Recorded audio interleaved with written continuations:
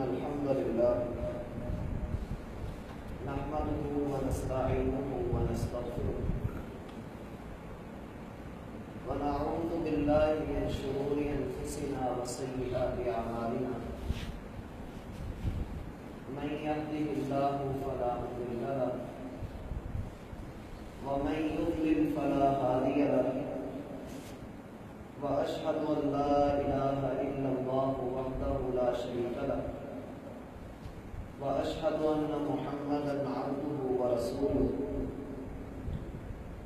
أما بعد فإن خير الحديث كتاب الله وخير الهدي هدي محمد صلى الله عليه وسلم وشر الأمور محدثاتها وكل محدثة بدعة وكل بدعة ضلالة والضلالة في النار. أعوذ بالله السميع العليم من الشيطان الرجيم. بسم الله الرحمن الرحيم.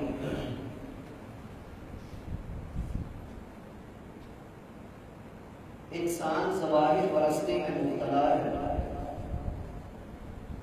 ہر وہ چیز جس کا حسن، جس کا رویہ، انداز اور اطوار انسان کے دل میں گھر کر جاتے ہیں، انسان ان چیزوں کو اپنے سینے سے لگا کر اپنی سوچوں کا محور بنا کر دن رات ان کی فکر میں مبتلا رہتا ہے.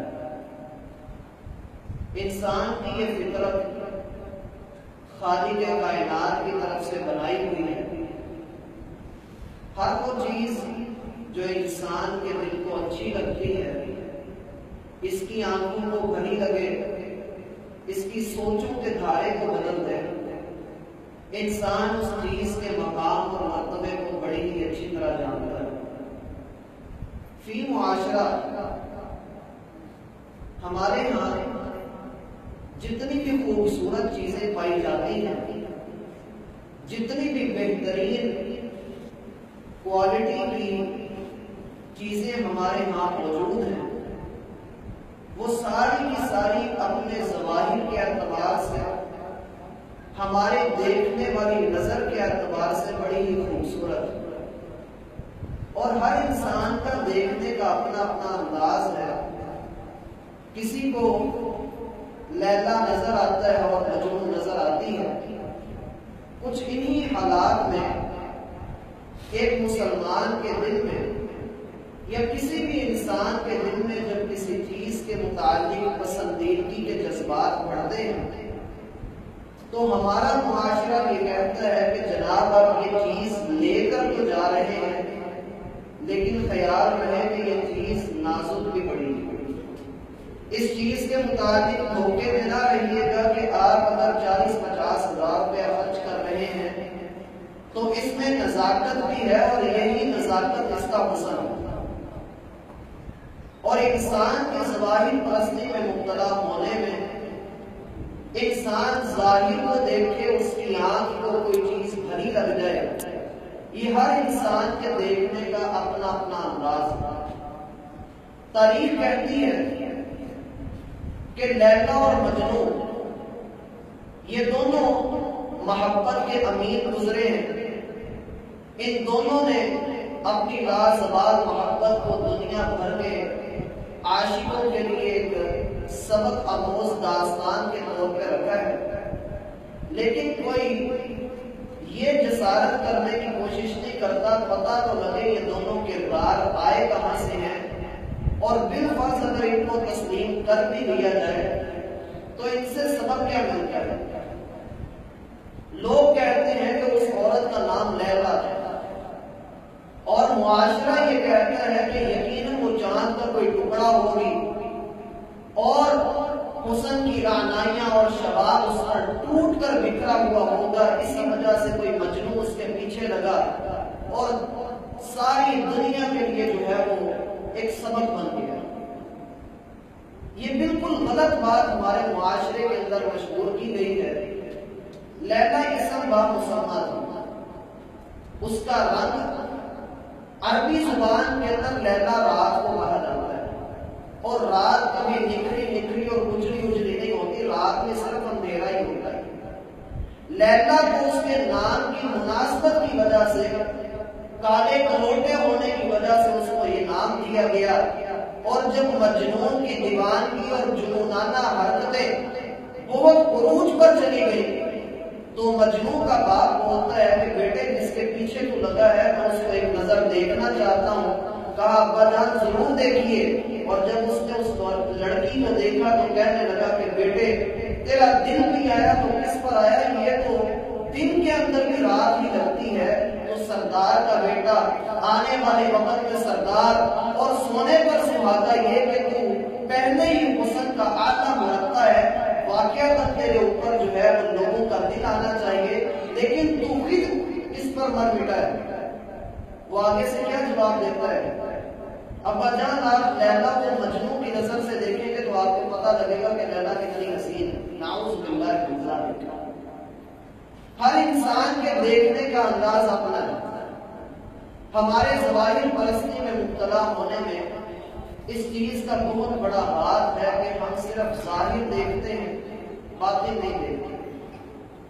باطن اللہ سبحانہ و تعالیٰ کے ہاتھ میں ہے، لیکن اللہ سبحانہ و تعالیٰ نے ہم سب کو عقل و شعور کی ایسی دولت عطا فرمائی ہے کہ ہم کسی بھی چیز کو دیکھتے ہیں تو اس کے ظاہر پر نہ جائیں، بلکہ اس کے انٹرنلی معاملات کو دیکھتے ہوئے ٹیکنیکلی اس کو سمجھنے کی کوشش کریں کہ آیا اس چیز کا حسن، اس کی نزاکت، اس کا حسن کا مرقع ہونا اور اس کے اندر جو اونچ نیچ ہے، اس کو خالق کائنات نے اگر بنایا ہے تو کس لیے بنایا ہے؟ لیکن پوری کائنات کے اندر حسن کا ایک ایسا مرقع بھی موجود ہے، اور ایک ایسا شباب اور ایک ایسی رعنائی اور صلاحیتوں سے بھرپور مخلوق خالق کائنات نے رکھی ہے، جس کو اللہ سبحانہ و تعالی مرد کے نام سے موسوم کرتے ہیں۔ اور یہی مرد اس پوری کائنات کے اندر حکومت ہوگی تو اس کے ہاتھ میں،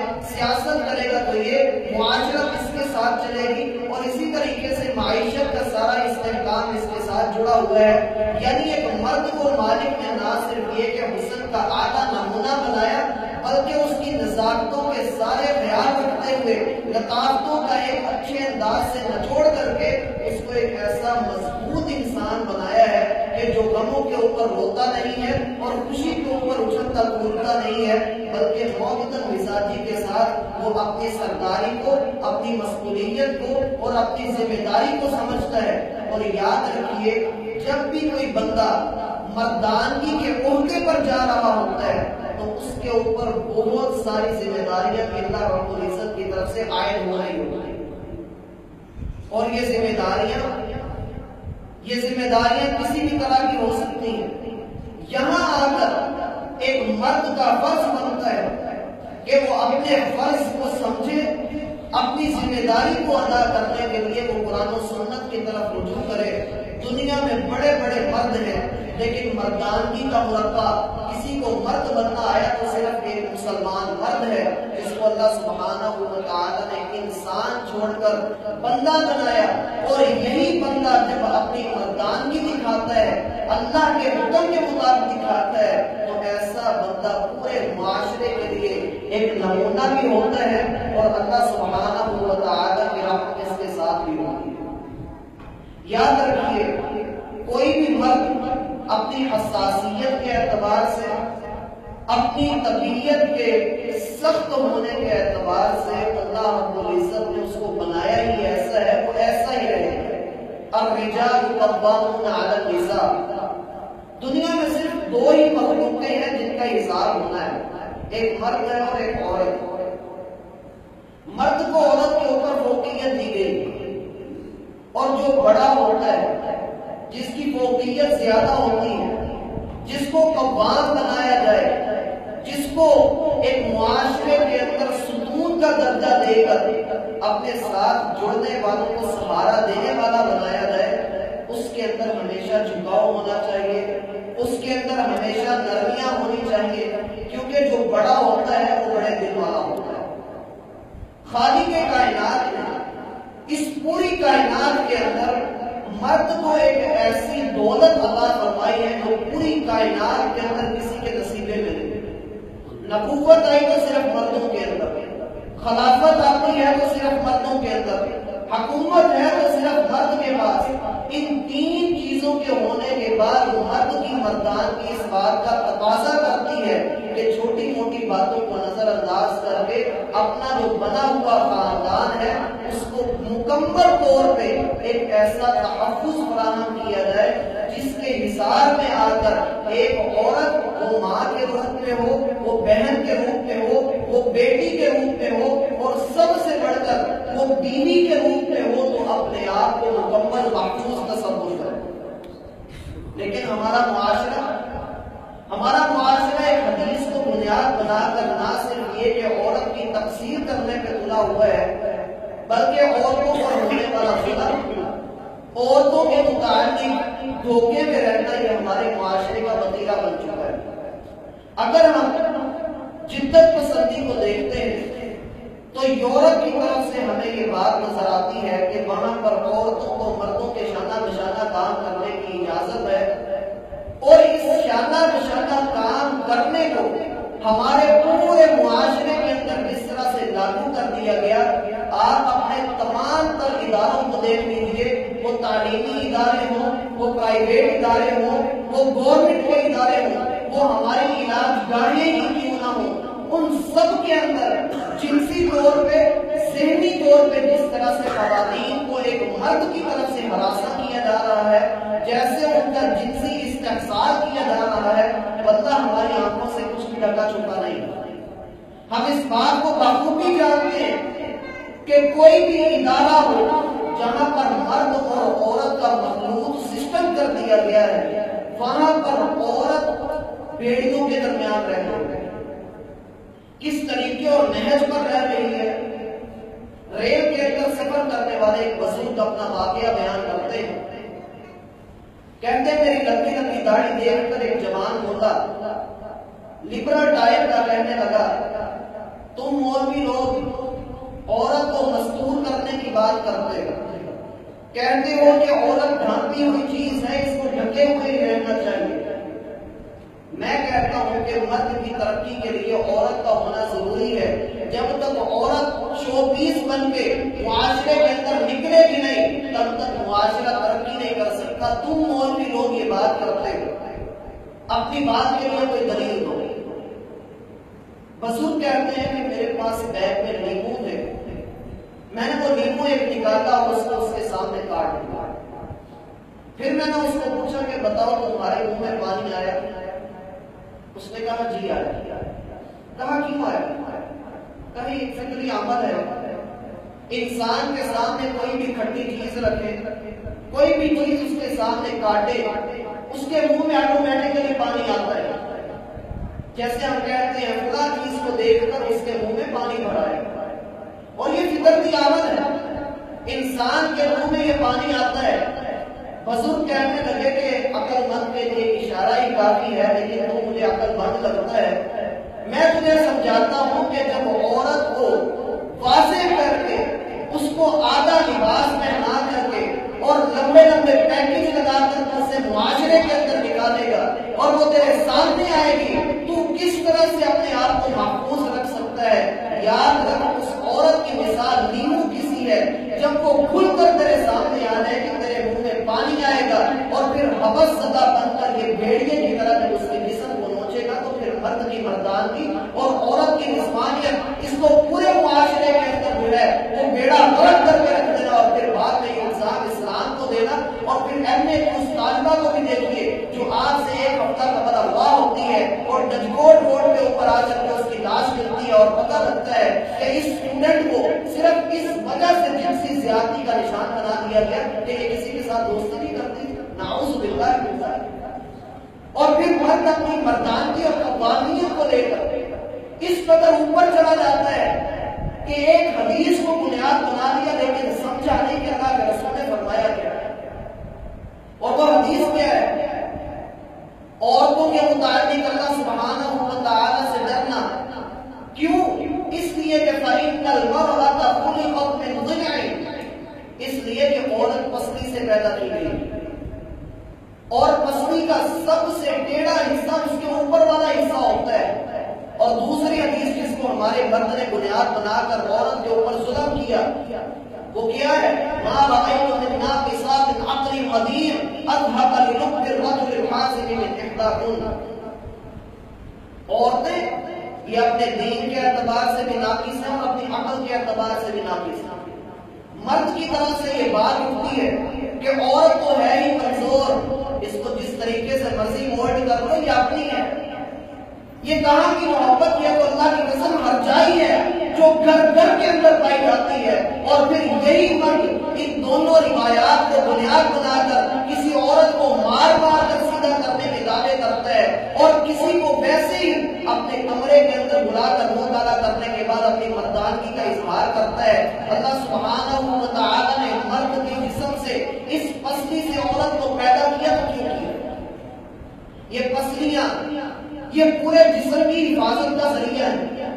اللہ سبحانہ و تعالی نے ان کو بنایا ہی اس طریقے سے ہے کہ یہ ٹیڑھی ہو اور اس طریقے سے ان کا پنجر بن کے ان کے پچھلی سائڈ پہ انسان کا دل محفوظ کر دیا کہ عورت کو نہ تیرے ہاتھ سے پیدا کیا، نہ تیرے پاؤں سے پیدا کیا اور نہ تیرے سر سے پیدا کیا ہے تو تیری پسلی سے پیدا کیا ہے تاکہ وہ تیرے دل کے قریب رہے. وہ ماں کے روپ میں ہو، وہ بیٹی کے روپ میں ہو، وہ بیوی ہو یا تیری بہن ہو، وہ کوئی بھی رشتہ لیے ہوئے ہو تو اس کو اپنے دل کے قریب رکھ. اگر تم نے اس کو نکال کر باہر پھینک دیا استوصوا بالنساء، یاد رکھنا عورتوں کے متعلق اللہ سے ڈرتے رہنا. اگر نہ ہوا تو کل قیامت کے دن یہی بیوی، یہی ماں اور یہی بہن اور بیٹی طرح گریبان پکڑنے کے لیے تیار کھڑی ہوگی.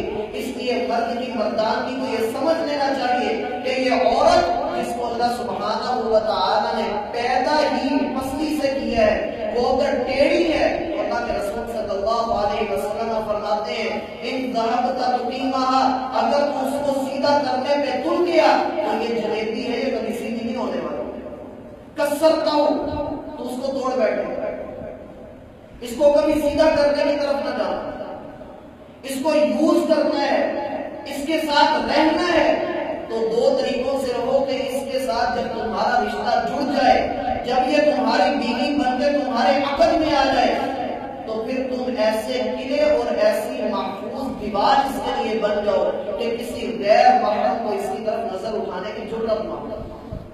صحابہ کرام بیان کرتے ہیں کہ ہمارے درمیان ایک صحابی تھے سعد بن معاذ رضی اللہ عنہ. وہ کسی عورت سے نکاح کرتا ہے، بعد میں کبھی کوئی مسئلہ بنتا طلاق ہو جاتی ہے تو لوگ ڈر کے مارے اس عورت سے نکاح نہیں کیا کرتے. اللہ کے رسول نے پوچھا کیوں نہیں نکاح کرتے؟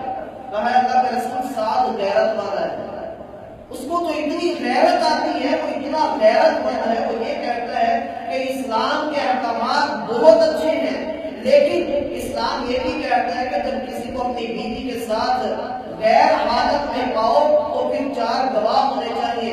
اللہ کے رسول میں گواہ ڈھونڈتا کیوں یا اپنی بیوی کو ادھر جو ہے وہ ذلیل ہوتے دیکھوں میں تو اس بندے کو قتل کر دوں گا. اللہ کے رسول صلی اللہ علیہ وسلم نے کیا فرمایا؟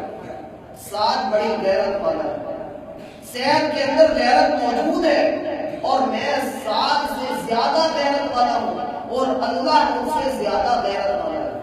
ایک انسان کے اندر غیرت ہونی چاہیے اور مرد کی مردانگی کیا تقاضا کرتی ہے؟ وہ غیرت سے بھرپور ہو. لیکن غیرت مجھے صرف اسی وقت یاد آتی ہے جب لاہور کے گورنمنٹ کالج کے اندر ایک طالبہ کسی چٹپٹی چیز کے کھانے کے لیے کینٹین کی طرف بڑھتی ہے اور وہاں پر ایک بھوکا بھیڑیا اس کو کینٹین کے پچھلے دروازے سے اندر لے جا کر اس کے ساتھ منہ کالا کرتا ہے. آدھے گھنٹے کے بعد پولیس آتی ہے، اس بچی کو چھڑوایا جاتا ہے ہاسپٹل سے گھر، اور گھر میں آ کر جب اس کا بھائی اس پر نظر ڈالتا ہے تو کیا کہتا ہے؟ میں بے غیرت نہیں ہوں، میں یہ نہیں ہوں، میں وہ نہیں ہوں. اور بہن جو ہے وہ خوشی سے اچھل پڑتی ہے اور کہتی ہے کہ بھائی تم اپنی زندگی کو خراب نہ کرنا، میری خاطر جو ہے وہ یوں نہ کرنا، خود بھائی نہ لگ جانا، اس لیے میرے بھائی خود ہی نیچے بیٹھ جاؤ، جو نصیب میں لکھا تھا وہ ہو گیا، میں تو اپنی زندگی بسر کر ہی لوں گی. ایک بھائی کے اوپر مان کے ساتھ بول کر سامنے آتی ہے لیکن ہاتھ اسی وقت ٹوٹ جاتے ہیں اور سانسیں رک جاتی ہیں جب گولیاں اسی کے سینے میں آ کر لگتی ہیں اور وہ یہ کہتا ہے کہ میں اس خبیث کو اپنے گھر میں نہیں رکھ سکتے. نعوذ باللہ من ذالک، اور اپنی بیٹوں کو دفع کر. یہ کہاں کی غیرت ہے؟ رسول اللہ صلی اللہ علیہ وسلم فرماتے ہیں کل قیامت کے دن ساری انسانیت جنت کے اندر داخل ہوگی سوائے اس شخص کے جو دیوس ہے. لوگوں نے پوچھا اللہ کے رسول دیوس کون ہوتا ہے؟ کہا دیوس وہ ہے جس کی ماں بہن بیٹی کسی سے پردہ نہ کرے، جس کو بیوی کے پردے کا خیال نہ ہو، وہ اس کو کہے کہ تو آ جا، جیسے مرضی باہر نکل، جیسے مرضی جو مرضی کر، اس کو کوئی فکر ہی نہ ہو. کل قیامت کے دن اللہ سبحانہ و تعالی جنت کے اندر داخل ہی نہیں کریں گے. اور انسان کیا کہتا ہے کہ یہ بڑے ہو گئے ہیں، اب ان کو کہتا بندہ اچھا نہیں لگتا. پورے معاشرے کا بگاڑ ہی اس وجہ سے ہے کہ ہم اپنی اولاد کو کچھ کہنے پر تیار نہیں. اور پھر سب سے بڑھ کر میں یہ نہیں کہتا کہ مردوں نے نقصان کیا ہے، مرد کو تو موقع چاہیے ہوتا ہے، اس کو جہاں پر آگے بڑھنے کا موقع ملتا ہے یہ بڑھ جاتا ہے. اور میں نے پچھلے جمعے میں بھی یہ کہا تھا کہ مرد کے اوپر ایک ایسا وقت آ چکا ہے اس معاشرے کے اندر کہ یہ کہتا ہوا نظر آتا ہے میں گونگی دے دوں میں آواز کی نہیں مانگ رہا. اور ہمارے معاشرے کی یہ اب تک حالت کس نے کی ہے؟ ہم نے خود اپنے ہاتھوں سے اس معاشرے کا یہ حال کیا ہے. واللہ ہم اس بات پر تیار ہی نہیں کہ ہم اپنی آنکھوں کو نیچا کر لیں. ہم اپنے گھر والوں کو محفوظ کرنے کے لیے کم از کم اپنے آپ کو ہی محفوظ کر لیں. آج اگر ہم خود کو محفوظ رکھیں گے تو پھر خود محفوظ رہیں گے اور اپنے گھر والوں کو محفوظ رکھ پائیں گے. لیکن اگر آج ہم نے کسی کی ماں بہن بیٹی کو تاڑنا شروع کر دیا تو اللہ کی قسم وہ وقت دور نہیں ہے جب اللہ ہمیں بھی عبرت کا نشان بنا دے. اور اس واقعے کو مجھے یاد کیجیے جہاں پر ایک چوک کے اندر کھڑے ہو کر لڑائی ہوئی جا رہی ہے. جب آگے بڑھ کر دیکھا گیا دو جوان آپس میں لڑ رہے ہیں اور کس وجہ سے لڑ رہے ہیں اس نے میری بہن. اب جہاں پر بندہ کرے تو کیا کرے، کہاں بھی مردان کی لیے پھرتے ہیں. اللہ سبحانہ و تعالی نے ہمارے معاشرے کو جس طرح کا بنایا تھا ہم نے اس معاشرے کی دھجیاں یوں بکھیر دی ہیں کہ ہمارے پورے تعلیمی اداروں کو دیکھ لیجیے جہاں تہذیب، ثقافت اور کلچر کے نام پر، اللہ کی قسم کلچر کے نام پر، اور الیکٹرانک میڈیا اور سوشل میڈیا جس انداز سے فحاشی کو ملک کے اندر لا رہا ہے اور پھر زنا کی بڑھتی ہوئی شرح، ہم اس کے اوپر غور کریں تو ہمیں ساری چیزیں اس وقت سمجھ آ جائیں گی جب ہم اللہ کے احکامات کو سیکھ کر اپنے اوپر لاگو کریں.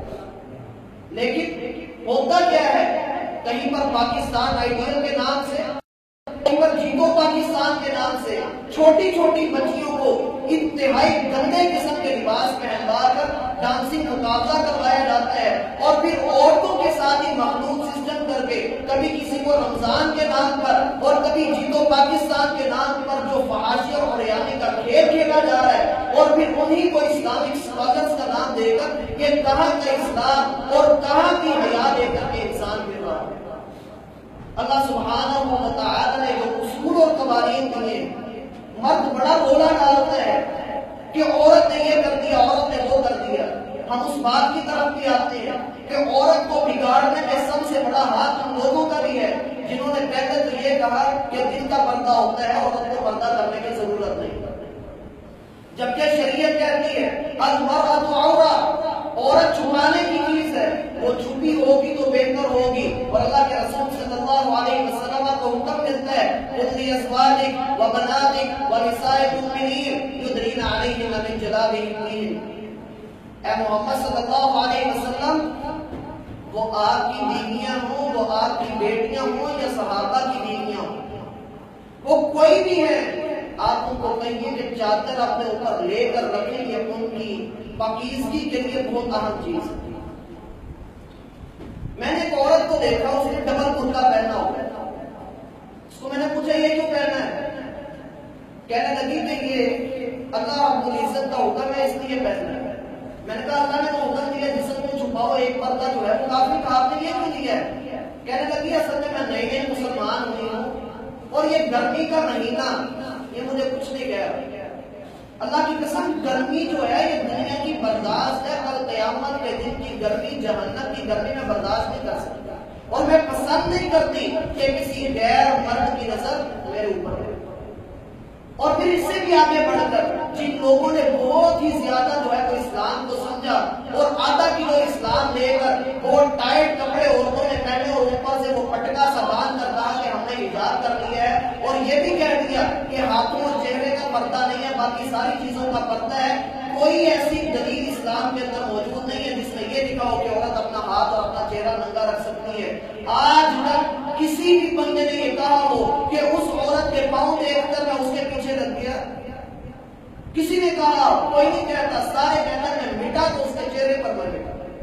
اور اسلام یہی حکم دیتا ہے کہ عورت چھپی ہوئی ہے اس کو چھپا کر رکھنا ہے، وہ گھر سے باہر نکلتی ہے تو شیطان مزین کر کے اس کو لوگوں کی نظروں میں مزین کر کے دکھا دیتا ہے، اور پھر اغوا ہونے والی طالبات کے والدین کھانوں کے اندر بیٹھے رہتے ہیں، ان کی شرمائی بھی نہیں ہوتی، قصوروار ہم سب ہیں۔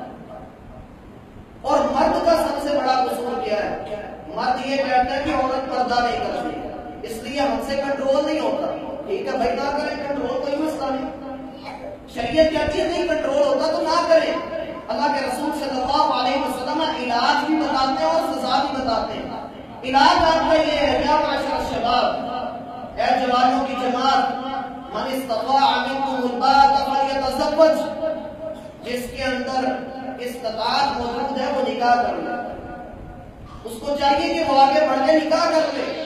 اور معاشرے کے اندر کیا اصول بنا دیا گیا کہ ابھی تو ہم نکاح ہی نہیں کر سکتے، پیسے ہی موجود نہیں، ہم یہ نہیں کر سکتے، ہمارے لیے بڑی مشکلات ہیں، ابھی تو اپنا گھر بھی بنانا ہے، ابھی یہ بھی کرنا ہے، ابھی وہ بھی کرنا ہے، ابھی لڑکا سٹینڈ نہیں ہے۔ لڑکا تو 9 مہینے کا جب سٹینڈ ہو گیا تھا چلنا شروع کر دیا تھا لڑکا۔ اور پھر اس سے بھی آگے بڑھ کر ہمارا معاشرہ یہ کہتا ہے پیسہ موجود نہیں ہے۔ اللہ قرآن میں فرماتے ہیں انکحوا الایام منکم والصالحین من عبادکم وامائکم ان یکونوا فقراء یغنیہم اللہ من فضلہ، نکاح کرو اگر اس بات کا ڈر ہے کہ فقیری آ جائے کہ اللہ وعدہ کرتا ہے نکاح کرنے کے بعد تمہاری تنگستیاں دور کر دی جائے گا، تم نکاح تو کرو۔ اللہ کے رسول اپنی بات کرتے ہیں، بھائی ایک بندے کے پاس واقعی قوت نہیں ہے نکاح کرنے کا، کچھ پاس موجود ہی نہیں ہے، بندے کا ہے ہی نہیں، اس نے کیا کرنا ہے؟ اللہ کے رسول صلی اللہ علیہ وسلم فرماتے ہیں فعلیک بالصوم، پھر روزہ رکھو۔ کیوں؟ فإن له وجاء، یہ تمہاری جنسی خواہش کو روک کر رکھے گا۔ اگر تو نکاح کا مقصد انسان یہ بنا لے کہ میں نے صرف اپنی جنسی خواہش پوری کرنی ہے، تو یاد رکھیے وہ انسان کہلوانے کے لائق ہی نہیں ہے، وہ حیوان ہے۔ حیوانوں کے اندر بھی یہ چیز پائی جاتی ہے۔ اللہ رب العزت نے یہ سب سے بڑی صفت بیان کر دی ہے کہ مرد کی مردانگی کی، کہ محسنین وہ اپنی بیوی سے نکاح کرتا ہے تو اپنی جنسی خواہش پوری کرنے کے لیے نہیں بلکہ مکمل تحفظ دینے کے لیے۔ سیدہ عائشہ رضی اللہ عنہ بیان کرتی ہیں کہ اسلام کے آنے سے پہلے 4 قسم کا نکاح ہوتا تھا، اسلام نے ایک قسم کو برقرار رکھا، باقی تینوں چیزوں کو حرام کر دیا، اور ہمارے معاشرے میں 3 چیزوں کو آسان کر دیا گیا، اور ایک جو حلال تھا اس کو اس قدر مشکل کر دیا کہ کوئی اس کی طرف نظر اٹھا کے دکھا دے۔ اور وہ کیا تھا؟ ایک تو وہ جو ہمارے معاشرے میں آج کل رائج ہے، اسلامی طریقے سے جو نکاح ہوتا ہے وہی ہے، شریعت نے اس کو برقرار رکھا۔ دوسرا کیا ہے؟ ایک عورت جب اپنے ایام مخصوصہ سے پاک ہوتی تو اس کا قانون اس کو کہتا کہ تم فلاں بندے کے پاس چلی جاؤ، وہ جو علاقے کا سردار ہے اس کے پاس چلی جاؤ۔ جیسے ہمارے گلگت کے اندر ایسا کام ہوتا ہے، جس عورت نے شادی کی وہ پہلی رات کن کے ساتھ بسر کرے گی، نعوذ باللہ من ذالک، وہ اس کو کہتا کہ اس کے پاس چلی جاؤ، اور جب وہ اس کے پاس جاتی رات اس کے ساتھ گزار کر آتی، کیوں ایسا کرتی؟ کہ وہ سردار ہے تو اس کا جو مادہ میرے جسم میں آ گیا تو یہ میرا بچہ کے سردار بنے۔ دوسرا کیا ہوتا تھا؟ 10 بندے اکٹھے ہوتے اور ایک عورت کے پاس چلے جاتے، سارے اس کے ساتھ مکالمہ کرتے ہیں، اور جب وہ عورت پریگننٹ ہو جاتی ہے، ڈلیوری بھی ہو جاتی ہے، 10 کے 10 کو وہاں پر جانا پڑتا ہے، اور عورت کہتی ہے فلاں تمہیں اپنے معاملے کا پتہ ہے، اے فلاں تجھے بھی پتہ ہے تم نے کیا کیا ہے، اب یہ بچہ دے رہا ہے۔ ان 10 میں سے کسی ایک کا نام لے رہے تھے، کسی کی مجال نہیں تھی کہ انکار ہے، اور آخری نمبر پہ کیا ہوتا ہے؟ 10 سے زیادہ بندے ایک جماعت، بخاری کی روایت ہے، ایک جماعت اکٹھی ہو کر ایک عورت کے پاس جاتی ہے، اور ایسی عورتیں ہمارے معاشرے کے اندر لائسنس رکھ کر جو ہے وہ مکمل آزادی کے ساتھ جو ہے وہ اپنا کام کر رہی ہے، اور وہاں پر جانے والا وہ کیا کہتا ہے میں یہ ہوں میں وہ ہوں، اور وہ طوائف ہے جو وہاں پر جا رہا ہے وہ کون؟ اور تہذیب کے نام پر ہمارے سکولوں کے اندر، ہمارے کالجز کے اندر، یونیورسٹیز کے اندر، تعلیمی ادارے ہوں یا پرائیویٹ ادارے ہوں، آپ رپورٹس پڑھ کر دیکھیے، اللہ کی قسم نکاح کو مشکل کر دیا گیا، اس چیز کو آسان کر دیا گیا، اور ترقی کی راہ میں اس عورت کے لیے یہی جنسی استحصال جب تک نہیں ہوگا، عورت نہ تو اوپر جا سکتی ہے نہ اپنا لیول اپ کروا سکتی ہے، جب تک وہ یہ کام نہیں کرے گی کوئی اس کی سنوائی کرنے والا نہیں۔ اور اس سے بھی آگے بڑھ کر پاکستان کی مشہور یونیورسٹی میں جو ان کا انگلش کا ڈپارٹمنٹ ہے، وہاں پر طالبات کے لیے شرط رکھی گئی ہے اگر وہ پاس ہونا چاہتی ہے تو اپنے افسر کے ساتھ مطالعہ کرے۔ یہ کہاں کی مردان کے لیے پھر رہے ہیں، اور مرد کو بات سن کر مر جانا چاہیے کہ جب اس کی مردانگی کے اوپر کوئی عورت الزام لگا دے آتا ہے، اور پھر یہ پوری جماعت اس عورت کے پاس جاتی، اس عورت کے ساتھ مطالعہ کرتے ہیں، پھر جب اس کی ڈلیوری ہوتی تو ایک قیافہ شناس کو بلایا جاتا ہے، وہ آتا اور آ کر بچے کو دیکھ کر اندازہ کرتا ہے یہ فلاں ہے اور اس کو دے دیا جاتا ہے۔ اسلام نے اس ساری گندگیوں کو ختم کر دیا اور آخر میں کیا برقرار رکھا کہ آپ اپنے آپ کو اچھے طریقے سے نکاح کی طرف لے آئے۔ اور پھر سب سے بڑا نقصان جو ہوتا ہے وہ کس وجہ سے ہوتا ہے؟ مرد یہ کہتا ہے عورت پردہ نہیں کرتی، عورت نے جو ہے ہمیں موقع دیا ہے، مان دیا کہ عورت موقع دے، عورت پردہ نہیں کرتی، ہم نے مان دیا، سب کچھ مانتے ہیں۔ آج سے 1400 سال پہلے ایسا ہی ایک واقعہ پیش آیا، مسلمان ایک جنگ کے لیے جا رہے ہیں اور کفر کا یہ ارادہ ہے کہ کسی طریقے مسلمانوں کے قدموں کو پلٹا دیا جائے، کیونکہ یہ ایسی قوم ہے جس ملک پر حملہ کرتی ہے وہاں پر فتح انہی کی ہوتی ہے، لہٰذا کسی طریقے اپنا مذہب ان سے بچاؤ، یہ جانیں تو معاف کر ہی دیتے ہیں، دلوں پر حکمرانی کرتے ہیں، ان سے بچو۔ اور بچنے کے لیے کیا حملہ کیا گیا؟ اپنی ساری ماؤں بہنوں بیٹیوں بیویوں کو مکمل طور پہ عریاں کر کے مسلمانوں کے لشکر نے جس راستے سے گزرنا تھا وہاں پر کھڑا کر دیا، پورا ہزاروں کا لشکر وہاں سے گزر گیا۔ تاریخ گواہ ہے کسی مسلمان نے آنکھ اٹھا کر بھی نہیں۔ اور آج کا مرد وہ کیا کہتا ہے؟ اللہ کے رسول نے کہا پہلی نظر معاف ہے تو دیکھو، پہلی نظر ہی ختم نہیں ہوتی، یوں دیکھتا ہے اور ٹک ٹک کی باتیں دیکھتا رہتا ہے۔ اللہ سبحانہ و تعالی ہمیں اس سے محفوظ فرمائے۔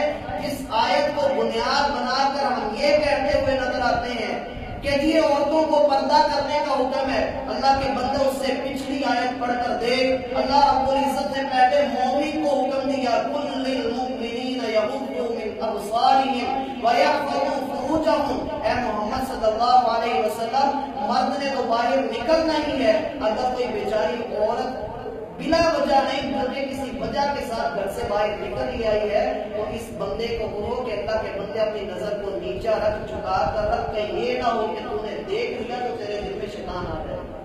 اور اللہ کے رسول کا فرمان ہے کہ یہ نظر شیطان کے تیروں میں سے پہلا تیر ہے، نشانے پہ لگ جائے تو پھر عورت کے ساتھ کیا ہوتا ہے؟ پتہ ہے کیا ہوتا ہے؟ ہمارا معاشرہ کہتا ہے سب سے پہلے نظر، اس کے بعد مسکراہٹ، پھر سلام کے بعد باتیں اور وعدے اور ملاقاتیں، اور پھر اس کے بعد جو عزت کی دھجیاں اڑتی ہیں اور خاندانوں کی نیلامی ہوتی ہے۔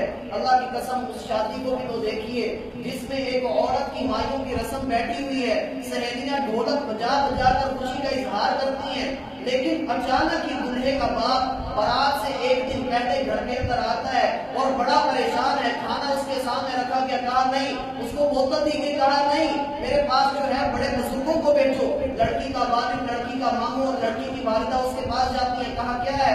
کہا آپ اپنی بیٹی کی شادی اسی سے کرتے ہیں جس کے ساتھ اس کا چکر ہے۔ کہا کیا مطلب؟ کہا یہ دیکھیے آپ کی بیٹی کے خطوط ہیں، آپ ان کو پکڑ لیجیے، خود پڑھ لیجیے اور آپ اپنی بیٹی کا جو ہے وہ رشتہ ادھر ہی کرتے جہاں آپ کی بچی چاہتی ہے، آپ کی بھی عزت رہے گی اور ہماری بھی عزت رہے گی۔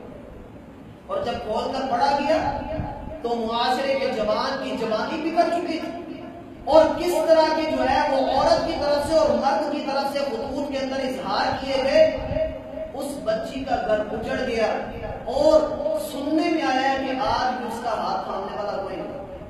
یہ تمثیلات نہیں ہے، یہ ہمارے معاشرے کی، یہ اپنے واقعات میں معاشرہ بھرا ہوا ہے۔ اللہ کے لیے اپنی جوانی کو محفوظ کیجئے، کیونکہ ہم مرد ہیں اور مرد کے اوپر جب یہ الزام آتا ہے تو مرد پھر میرا بھائی مرد نہیں رہتا، اس کو ڈوب کر مر جانا چاہیے کہ کسی وجہ سے اس کے کردار کو گندا کیا جا رہا ہے۔ اللہ کے رسول صلی اللہ علیہ وسلم کی پوری زندگی کا لب لباب یہی ہے کہ آپ کے نام کے ساتھ اگر کسی عورت کا نام جڑ گیا تو آپ کی پھر ذلت کا سب سے بڑا سبب آپ کو، اللہ ہم سب کا